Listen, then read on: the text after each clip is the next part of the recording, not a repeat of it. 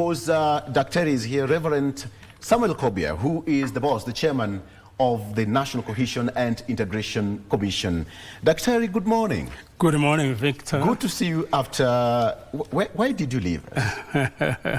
No, I didn't leave you. You left it without a notice, Dr. Thank you for having me today. Karibu sana. Victor, I'm happy to be here. Karibu sana. Asante. You are leading a commission that is... People say that is biased. Are you biased? First of all, how is NCIC doing?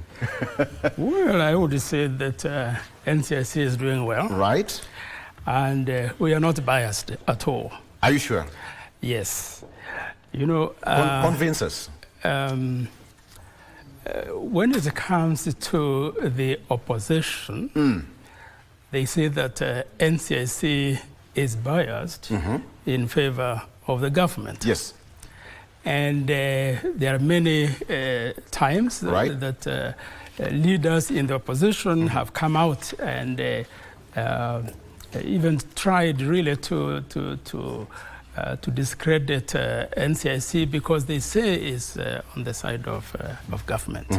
On the other hand, you have on the side of government where again they say that NCIC is biased in favor of the opposition. And you have even heard us being discussed in the floor of, of one of the houses of parliament. Yes. And really saying that if they had power, they would disband NCIC because NCIC is only attacking and summoning government people. So which of the two are right, is right? That really makes your work to which means that really we are not biased because if either side of the divide is saying that we are biased, then it means that we are not biased. For us, what we do is to deal with the Kenyans as Kenyans. A Kenyan individual who utters words or phrases that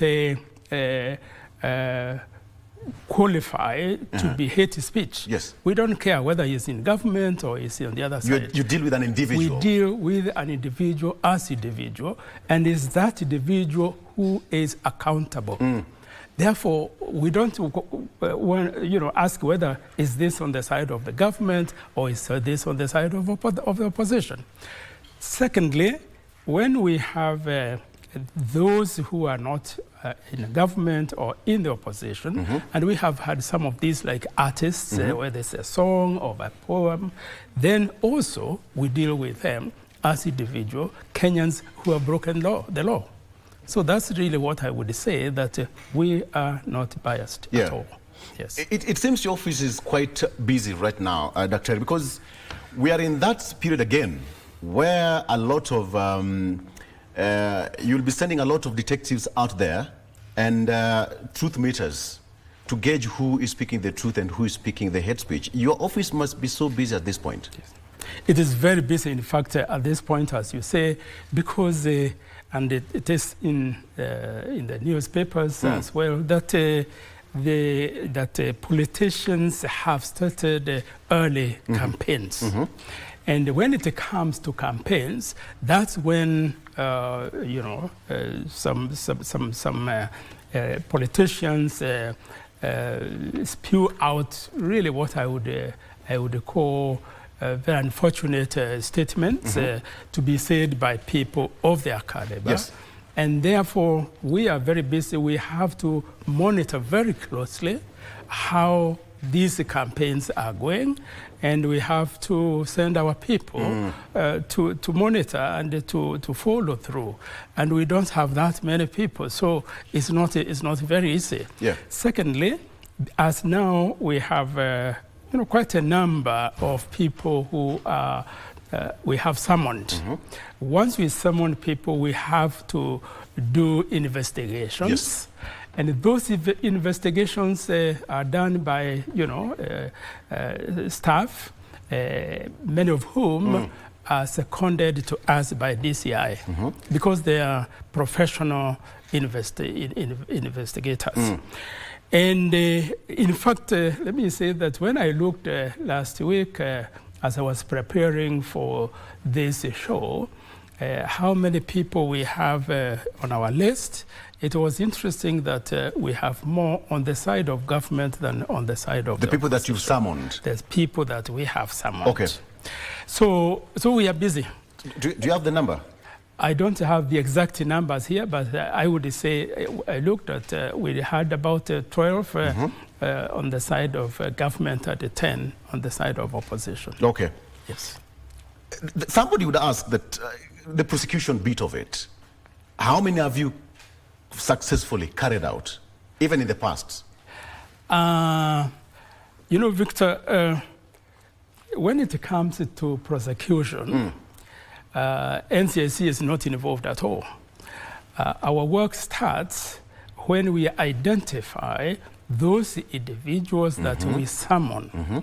Once we summon them, they make statements, then we do investigations. When we do investigations, we analyze the information we have. If we are convinced that we have solid cases, then we hand over to the DPP. The DPP is the one who goes to court, and therefore it's between the DPP and the magistrates and the judges. But let me say that it hasn't been easy, because when I took over this office more than 5 years ago now, I inherited cases from my predecessor, Speaker Hole Kaparo, who had also inherited some from his predecessor. Yes. So they take years. But when we came in, there's one thing that we did that has sped up the cases.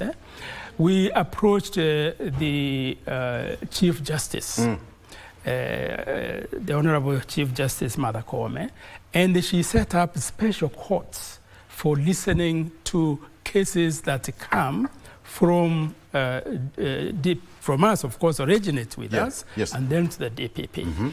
And that has helped a lot. In fact, I would say that following the elections of 2022, the cases, most of the cases that we had that went all the way to court have been already done with, which is a record, really, because it used to take years. But now we work very closely with the DPP, and then the DPP and the courts. That's why now we have quite a speedy, in dealing with these cases. Okay, Dr. You've also, in the past, again, invited some of the politicians to appear before your commission, and they blatantly say that they will not appear before the commission. Yes. Do you think they're making you to be toothless? Not really, because those who do not appear, the Act gives NCIC power to recommend arrest. And that's also what we do. After how long? After we usually summon once and twice. After that, then that's when we recommend arrest. Right. And that has happened. Many who we have summoned, once we remind them and tell them that if this doesn't happen, if you don't come, you will be arrested. So they have come. We have 2 cases now of those who did not honor our summons, and one of them is being actively pursued for arrest. Who are these people? The one that we have already recommended for arrest is Khalifa, I think, from Lamu. That's one that I remember off my head. Okay. Because twice he did not honor our summons. Yes. Again, that brings the question of why do you think Kenyans believe in the NCNC motto, one people, one nation, one destiny? A majority of Kenyans do. And I would say that the ordinary Kenyan does believe in our motto. And even those who might behave as if they didn't, I would say they all would want to see a Kenya which is united, a Kenya which is peaceful, and a Kenya where there is justice for all. Yeah. I think it's a motto that clearly appeals to the conscience of Kenyan people. Yes. Again, let's come back to the prosecution bit of it. I think in the past you've also called for some rights to be given prosecutorial powers as NCIC. Have you gotten that right up to now? There is no, but there is a bill in Parliament which actually has gone through a second reading. Okay. In this bill, what we have done is really not to ask to be given prosecutorial powers as such, because the Constitution is very clear that it's only the DPP who has the powers to prosecute. What we are seeking now, and what we think is going even to be more effective if NCIC were to have it, is that we have in the amendment of the bill, NCIC is given power to vet those who are running for office, those who are running for from MCA to MPs, to Senate, to all the way to the president. If we were to have those powers of vetting, to say that one would have to be cleared by NCIC before they can be allowed to run, or even to be appointed to national But don't you think that will be clashing with the role of IBC, who is supposed to be vetting, or even the detectives who are supposed to be vetting the credentials and the background of a particular candidate? No, it will be a division of labor. Okay. Because you have EACC, which using Chapter 6 basically is allowed to vet people. Then you have IEBC, which deals with those who have violated the election, provisions. Now, in this case, we'll have NCIC vetting those that have been summoned because of hate speech or incitement to violence or discrimination on the basis of race or tribe or religion. So it's a different, and the DCI also vets those who have been, charged with the criminal offenses. So it's really a question of division of labor. So it will not conflict at all with the IEBC or with the EACC. Right. Doctor, I remember 4 years ago when we were on this same set, you said that your commission would do things differently. 4 years later, we are still here, Dr. We thank God we've met again. What have you done so differently? What are you doing differently to make Kenya a good place for all of us? I would say that what we have done differently is to strengthen and deepen our civic education, public education, helping Kenyans to appreciate the NCIC mandate, which is to help Kenyans not to discriminate on the basis, as I said, of race or ethnicity or religion. That's one. Secondly, we have engaged Kenyans very much, and this was on the run-up to the elections in 2022. You would remember, and at that time, as you say, when I was here, was actually the time we had started the roadmap to elections bila norma. And this was welcomed by Kenyans, and since then we have created spaces and platforms that we are able to engage Kenyans of all stations and of all generations in terms of helping Kenya to be more peaceful and cohesive. Okay. So that's something we have done differently. The other thing we did differently, which I think I remember, Victor, yes, I had mentioned that we introduced what we called a wall of shame and a wall of fame. And when we did this, many Kenyans said, well, Kenyan politicians don't care, you know, whether they are even on the wall of shame. Actually, Kenyan politicians do care. That's what we realized, because the hate speech reduced significantly when we introduced the wall of shame. Because, and as I engaged a number of very senior people, including senators and the governors, who said, really, would you want to be on the wall of shame, and your family, your professional, you know, fraternity, your, you know, your pastors or priests would see this? They wouldn't want it to be on that wall of shame. And that is why, as I say, there was a considerable reduction of hate speech on the platforms.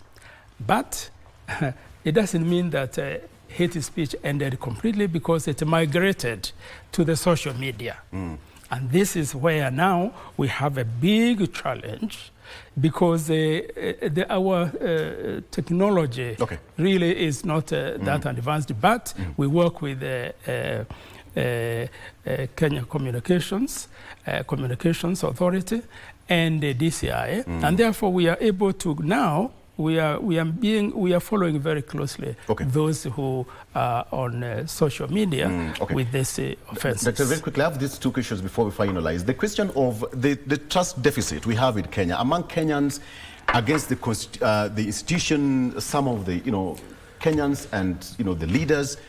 Does this really worry you? Yes, it does worry us actually, Victor, because in our study, we have established that the impediments to a peaceful, a cohesive Kenya, top of the 5 impediments is lack of trust, trust deficit. Kenyan, don't trust each other. In communities, Kenyans don't trust their institutions. And especially when there is a lack of trust of an institution like IEBC. Yes. It means that the results that IEBC announces will not be immediately trusted by Kenyans. So that is why it worries us. Secondly, if Kenyans don't trust the police, then again, what the police does Kenyans will not believe that that is that is the truth. And if Kenyans don't trust also an institution like NCIC, it means that things that we do, they might not have faith in. But I would like to say that according to the study that we made, Kenyans trust NCIC very much. In fact, on Saturday, I was very pleasantly surprised in a shopping mall when a lady, I would say maybe in her 50s, stopped me and they said, "Chairman, we wanted to say how very much we appreciate your work, and we want to tell you that Kenya is peaceful, thanks to NCIC." And very many times, of course, because my face is in the public, I do have such interactions with Kenyans. So I would say, yes, Kenyans trust NCIC. Okay. And finally, Dr. You recently held Amani Club AC Writing Awards at your headquarters. What was it all about? Perhaps in 30 seconds? Yes. NCIC started together with the Ministry of Education Amani Clubs, which are clubs that are mostly in high schools. And one of the ways that we want to make young Kenyans imbibe a culture of patriotism, a culture of democracy, etc., at a very early age. That is what it is. Every year we have an S writing, and this year we had S writing. That's the one that you are talking about, and it's about inclusivity. How what can be done to be more inclusive as a country and as communities. So that is the inclusivity is what we had. Dr. On a lighter note, there's a lady here called Karen Amunga asking, Dr. went to the shopping mall, so you go to the shopping as well. Yes, I do. I think she's just wondering what you went to do in a shopping mall. Did you carry a basket? Did you push a trolley? I didn't carry a basket. Out of curiosity. I was with my wife. Okay. All right, Dr. Thank you so much. We hope that even as we head towards election, it's going to be quite tough for you, but you have quite a tremendous job to do so that you keep our country safe and peaceful. Dr. thank you so much. Thank you very much for having me, Victor. And see you soon. I appreciate it. Thank you so much. That is Reverend Dr. Samuel Kobia, who is the chair of the National Cohesion and Integration Commission.